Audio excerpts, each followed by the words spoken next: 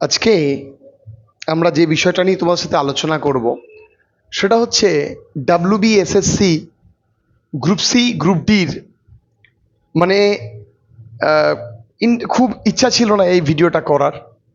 ভিডিওটা করলাম তার কারণ ছাত্রছাত্রীরা একটা প্যানিক সিচুয়েশনের মধ্যে দিয়ে যাচ্ছে এবং সেই বলা যেতে পারে সেই সিচুয়েশনকে অনেকেই একটু অভিমান করে যাচ্ছে, স্যার আপনার কোনো ভিডিও নেই, আপনার কোনো ভিডিও নেই। আচ্ছা তুমি আমাকে বলো তো কি রিলেটেড ভিডিও করব, যে কবে রেজাল্ট আসতে পারে? দেখো, প্রথম কথা হচ্ছে আমি কদিন থেকে খুব মানে চিন্তিত, খুব চাপের মধ্যে আছি। তার কারণ কেন? আমি দেখতে পাচ্ছি, দেখো প্রথম কথা হচ্ছে আমি 2019 সাল থেকে এই ইউটিউবে ভিডিও করি এবং ছাত্রছাত্রীদের সঙ্গে আমার কানেকশনস 2-3টে চ্যানেল ধরে। তো এইবার ব্যাপারটা কি, আমি কখনো প্রায় আমার তো ইউটিউবের মোটামুটি প্রায় হতে হতে চললো 5-6 বছর, আমি এতটা দূষিত পরিস্থিতি দেখিনি, সত্যি দেখিনি। কেন বলছি? তার কারণ ওএমআর ক্যান্সেল হচ্ছে। আমি দেখতে পাচ্ছি ছাত্রছাত্রীরা মানে বিভিন্ন বড় বড় ইউটিউবার, প্রত্যেকে ইউটিউবার এবং যাদের দেখো প্রথম কথা, যে নতুন এসছে তাকে তাকে তুচ্ছ-তাচ্ছিল্য করা যায় না। সেই স্যার বা সেই শিক্ষকের মধ্যে অবশ্যই ক্রেডিবিলিটি থাকতে পারে এবং সবচেয়ে বড় একটা অবশ্যই আছে, প্রচুর ভালো ভালো শিক্ষক এই মুহূর্তে ইউটিউবে পড়াচ্ছেন। কিন্তু আমার বক্তব্যটা হচ্ছে ওএমআর ক্যান্সেল হচ্ছে, এত বড় একটা ঘটনা, এত ভেতরের একটা ঘটনা কি করে বাইরে এলো? কে বলল? ডাব্লিউবিএসএসসির কোন কর্মী ছাত্রছাত্রীদের এটা বলল যে তোমরা যাও? ধরো কেউ শুনতে গেছে, আসলে কি বলতো, পাগলের প্রলাপ বলে মনে হয়।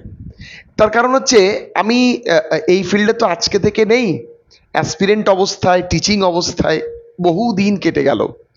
ছাত্রছাত্রী যদি কেউ যায় সেখানে তাদেরকে এত খোলসা করে কিছু বলাই হয় না। সেখানে তাদের বলা হয় যে তোমাদের প্রচুর ওএমআর বাদ হয়েছে, চিন্তা করো না, কাট অফ ডিক্রিজ করে যাবে। এগুলো নিয়ে ভিডিও, মানে কত যে ভিডিও আমাকে সমস্ত ছাত্রছাত্রী যেই ভিডিও দেখে পাঠায়, স্যার আপনার ভিডিও কই? কি বলবো বলো তো, এত বড় খবর আমার কাছে আসে না। সত্যি বলছি, এত বড় খবর আমার কাছে আসে না। আমি মোটামুটি আমার কাছে তো আজকে থেকে, আজ তো নয়, বহু বছর থেকে ক্যান্ডিডেট আছে এবং বহু ক্যান্ডিডেটের সাথে আমাদের উঠা বসা। কেউ আমাদেরকে না এই ওএমআর ক্যান্সেলের ইস্যুটা দেয়নি। ফলে আমি কি বলবো, ওএমআর ক্যান্সেলের যদি ইস্যুই হয়ে থাকে, ধরো কেউ একটা নামটা একটু ছোট্ট করে ভুল করে এসেছে বা কেউ ধরো অন্য কিছুতে একটু ভুল করে এসেছে, তার রাত্রেবেলা ঘুম চলে যাবে। তো কি বলবো বলো তো দেখি? যদি ওএমআর ক্যান্সেলই হয়, সে রেজাল্টে দেখতে পাবে, তার আর করণীয়টা কি? তার মাথা খারাপ হয়ে যাচ্ছে। দেখতে পাচ্ছি গোল করে করে দেখাচ্ছে, দেখো এইভাবে করলে পরে তুমি পাবে না, এইভাবে ক্যান্সেল হবে। আরে বাবা, যারা যারা পরীক্ষা দিচ্ছে তারা কি মূর্খ নাকি? তারা তো সবাই গ্র্যাজুয়েট বা কেউ মাস্টার্স, কেউ অন্যান্য সাবজেক্টে এক্সপার্ট। কেউ বোকা নয়, কেউ বোকা নয়। এরকম এগুলো কি আমাদের ওএমআর এর মধ্যে ছিল না? তো আমি এরকম ভাবে কন্টেন্ট করে কি তোমাদের কাছে প্রমাণ করতে চাইবো? তো আমি তোমাদের বলবো, প্যানিক কম করো। প্যানিক একটা বিশাল বড় নেগেটিভ জিনিস হয়ে যাচ্ছে, প্যানিক যদি ক্রিয়েট করো। তারপর দেখো, সবচেয়ে বড় যেটা সমস্যা সেটা হচ্ছে স্কোর কার্ড এবং রেজাল্ট।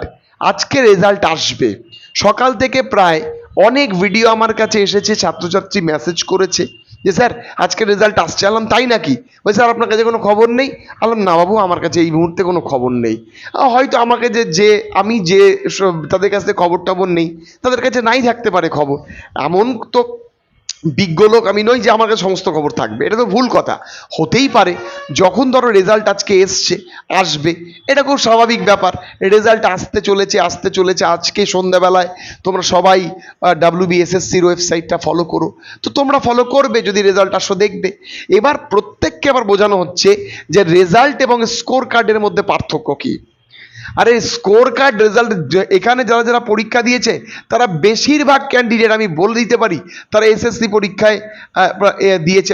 প্রত্যেকে জানে স্কোর কার্ড কি জিনিস আর রেজাল্ট কি জিনিস, দুটো ডিফারেন্ট, এটা প্রত্যেকে জানে। ফলে কি বলবো, আর কিছু বলার নেই। আমি দেখতে পাচ্ছি এগুলো কিন্তু ভিডিও। এইবার দেখো, এইবার কাট অফ প্যানিক, এটা দেখলে তো মাথায় বাজ পড়ে যাবে। আমি দেখতে পাচ্ছি কিছু কিছু ক্যান্ডিডেট, তারা কিছু কিছু টিচার, কিছু কিছু শিক্ষক, তাদের পূর্ণ শ্রদ্ধা রেখেই আমি বলছি, তারা কাট অফ প্রেডিক্ট করছে। দেখছি শর্টে 40-এ 39 যাবে ইউআর, এটা গ্রুপ ডি। আর গ্রুপ সিতে বলছে 60-এ যাবে নাকি 58। You are. আমি আমার একটাই বক্তব্য যে এই রকম যদি যায় তোমরা কমেন্টে জানাবে, যদি এই রকম যায় তাহলে কি বৃত্তান্ত। তোমরা 2016 সালের পরীক্ষা দিয়েছিলে, 2016 সালের কি লেভেলের করাপশনস হয়েছিল জানো? সেইখানে আউট অফ 45-এ ডিস্ট্রিক্ট ওয়াইজ হয়তো 36-37 করে কাট অফ গেছিল, সেইখানে তোমরা এই রকম কাট অফ বলছো। গ্রুপ ডিতে স্ট্যান্ডার্ড লেভেলের প্রশ্ন, বিশেষ করে যারা 8 লেভেলের পরীক্ষা দিচ্ছে,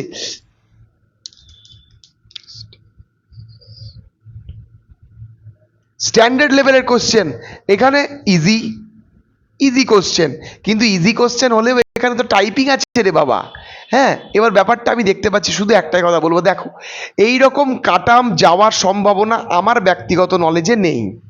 আমি তোমাদের যে গ্রুপ সি গ্রুপ ডির কাট অফটা করেছি সেইখানে যেমন বলেছি যে 35+ থাকলে গ্রুপ ডিতে তোমরা অবশ্যই টাইপিং প্র্যাকটিস করো, আর এইটাতে যদি জেনারেল তোমরা 51 থেকে 52+ পেয়ে থাকো অবশ্যই তোমরা কিন্তু টাইপিং প্র্যাকটিস করো। এখানে টাইপিং না, এটা ইন্টারভিউ প্র্যাকটিস করো, সরি আমি বলার জন্য আগেই ক্ষমা চেয়ে নিচ্ছি, এটা তোমরা ইন্টারভিউ প্র্যাকটিস করো আর এখানে টাইপিং প্র্যাকটিস করো। কাট অফের ভিডিও একটা বলা যেতে পারে, কাট অফের ভিডিও দেখে প্যানিক হচ্ছ। আমি তোমাদের একটা কথা বলবো, যে ভিডিওটা বানাচ্ছে তার সঙ্গে আমার সঙ্গে তোমার যোগ্যতার কি পার্থক্য তুমি বলতে পারবে? আমিও মাস্টার্স করেছি, তোমরা যারা দেখছো তারাও মাস্টার্স করেছো, তারাও হয়তো নিজের ব্যক্তিগত জীবনে কত কত ছাত্র পড়াচ্ছ। আমি তোমাদের কাছ থেকে কি কি তোমাদেরকে নলেজ দেবো আগে বলো তো? আমি হয়তো একটা পোল ক্রিয়েট করে তোমাদেরকে বলতে পারি এই এই বৃত্তান্ত, তার বেশি আমি কিছু দিতে পারি কি? আমার তো মনে হয় না। তো যাই হোক, আমি একটাই কথা বলবো, রেজাল্ট হয়তো আসবে, এত এত বড় বড় স্যাররা যখন বলেছে অবশ্যই রেজাল্ট খুব শীঘ্রই হয়তো আসবে। হ্যাঁ, এবং রেজাল্ট হয়তো নয়, স্কোর কার্ড যারা যেটা অ্যান্সার কি মিলিয়ে দেখেছো সেইটাই হয়তো দেখতে পাবে। এত প্যানিকের কিছু নেই। কাট অফ কিন্তু যা বলেছি মোটামুটি তার মধ্যেই থাকবে, এ বিষয়ে নিশ্চিত থাকো। তুমি দেখে নেবে জোন ওয়াইজ অনেকটাই পার্থক্য হবে, 1-2 করে পার্থক্য হবে, ঠিক আছে? যা জেনারেল কাট অফ থাকবে এসসি কাট অফ অনেকাংশে কম যাবে। তো দেখো, তার কারণ সিটটা অনেকটাই, হ্যাঁ সিটটা অনেকটাই গ্রুপ সিতে যে হারে কম্পিটিশান রয়েছে গ্রুপ ডিতে সেই হারে কম্পিটিশান তুলনামূলকভাবে কম, ঠিক আছে?